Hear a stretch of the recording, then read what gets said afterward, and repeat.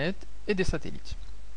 Alors on va commencer par noter le but de ce chapitre. Alors le but de ce chapitre est d'étudier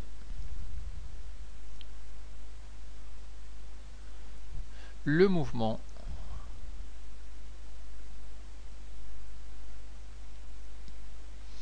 des planètes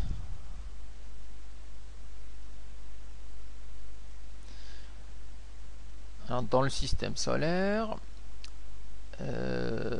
par exemple le mouvement de la Terre, donc le mouvement de la Terre autour du Soleil,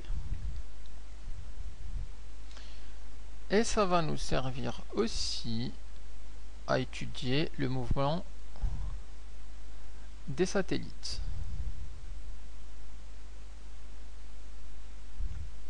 Et donc en particulier le mouvement d'un satellite de télécommunication autour de la Terre. Donc de télécom autour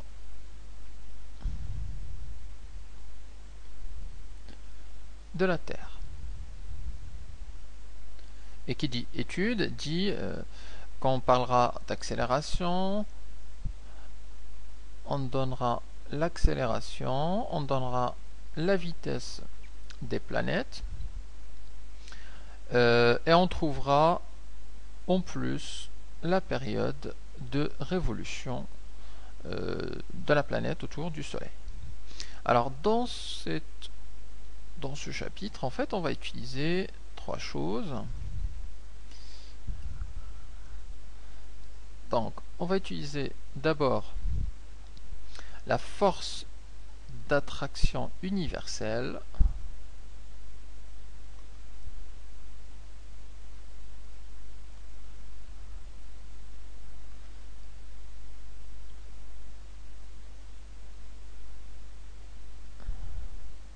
On va utiliser la seconde loi de Newton.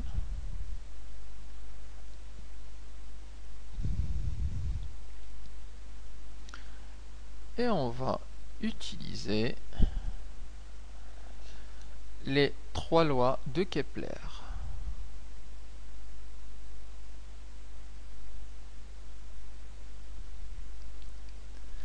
Et on va commencer d'abord par la force d'attraction.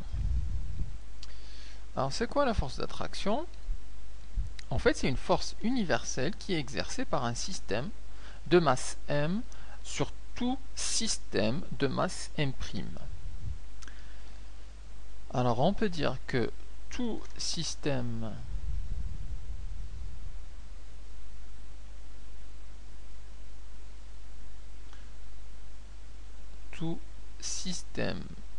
de masse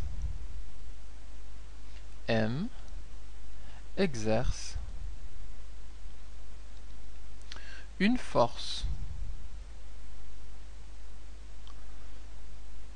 Alors, c'est une force attractive sur tout système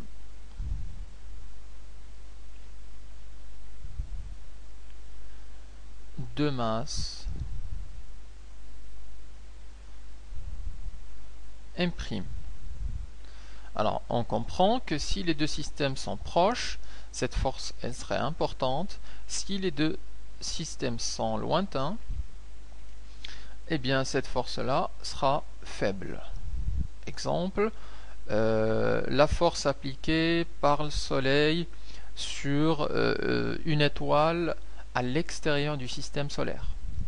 C'est très loin, donc cette force-là est très faible. Et on va le voir dans l'expression de la force gravitationnelle. Mais l'exemple simple de la force, c'est que le Soleil applique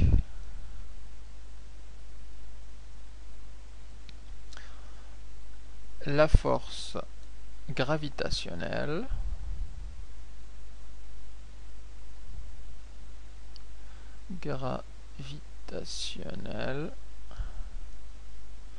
on va l'appeler FG, sur la Terre.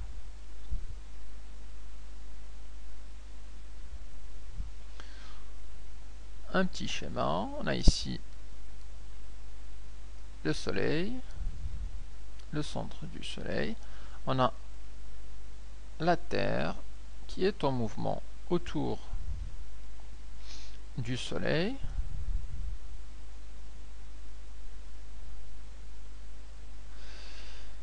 Alors là, le Soleil applique donc une force attractive. Cette force, elle est appliquée au centre de la Terre, elle est vers le centre du Soleil. C'est la force FG. Alors, ce qu'on sait de cette force, c'est son module. La force FG a pour module G fois la masse du Soleil fois la masse de la Terre divisé par D au carré. ms c'est la masse du Soleil, mt c'est la masse de la Terre, et le d c'est la distance entre les centres d'inertie du Soleil et de la Terre. La G est une constante, c'est la constante gravitationnelle, c'est égal à peu près à 6,67 10 à la puissance moins 11 au système international. Donc ici j'ai donné l'expression du module de la force. Je peux donner aussi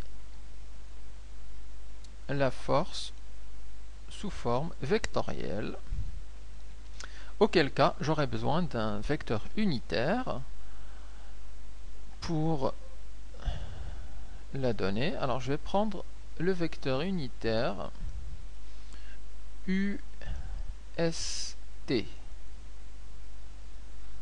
qui est dans le sens Soleil vers la Terre.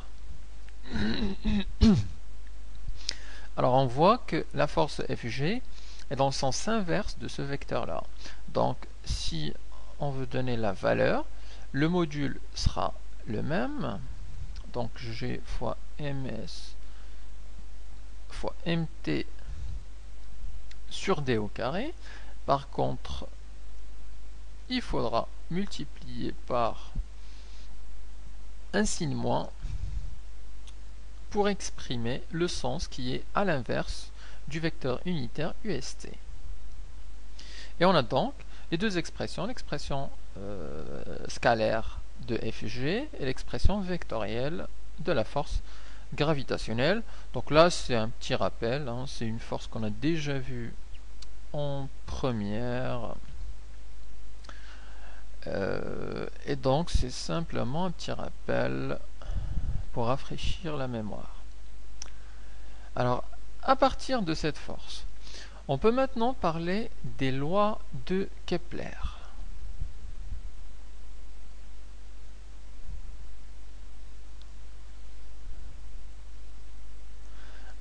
Kepler étant donc un physicien donc entre 1571 et 1630 qui a trouvé trois lois concernant le mouvement des planètes.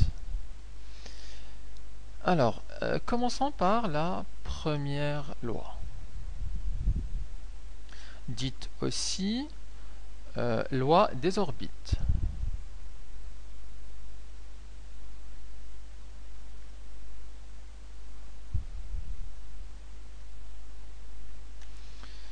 Alors elle nous dit toutes les planètes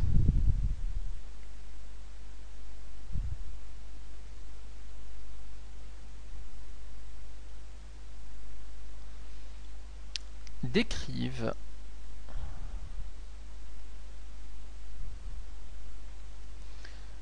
des orbites elliptiques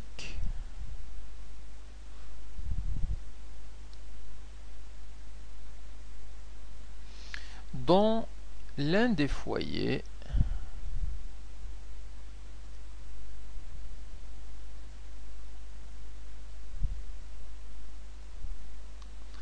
est occupé par le Soleil.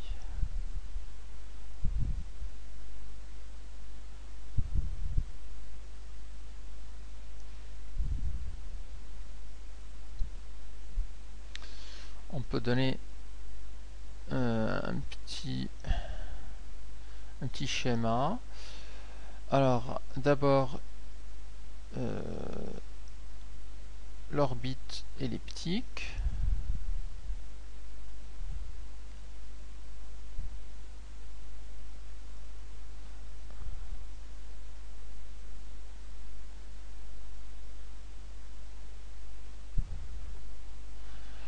avec deux foyers, donc un premier foyer, un second foyer.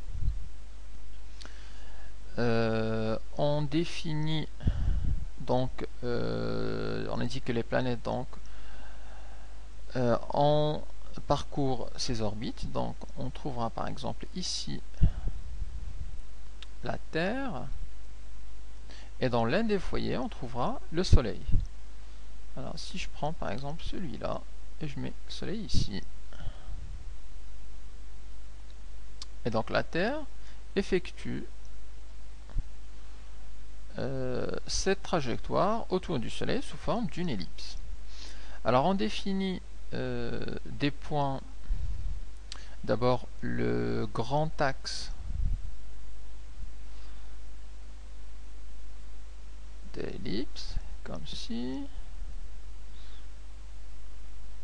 Alors, voilà. Les deux foyers appartiennent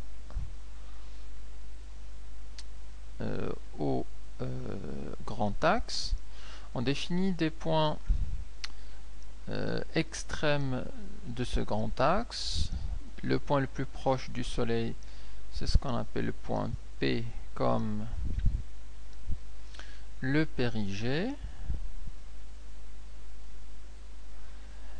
Et c'est ce point là, et ici le point A qui est l'apogée.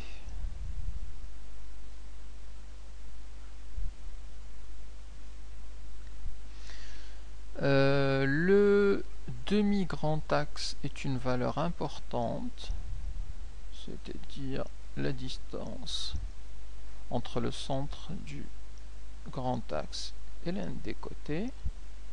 C'est ce qu'on appelle petit a, et c'est le demi grand axe. Et donc la première loi en fait nous dit que toutes les planètes décrivent les orbites elliptiques. Donc là j'ai pris l'exemple de la Terre, c'est aussi le cas pour Mars, c'est aussi le cas pour Jupiter, etc. C'est dans le cas général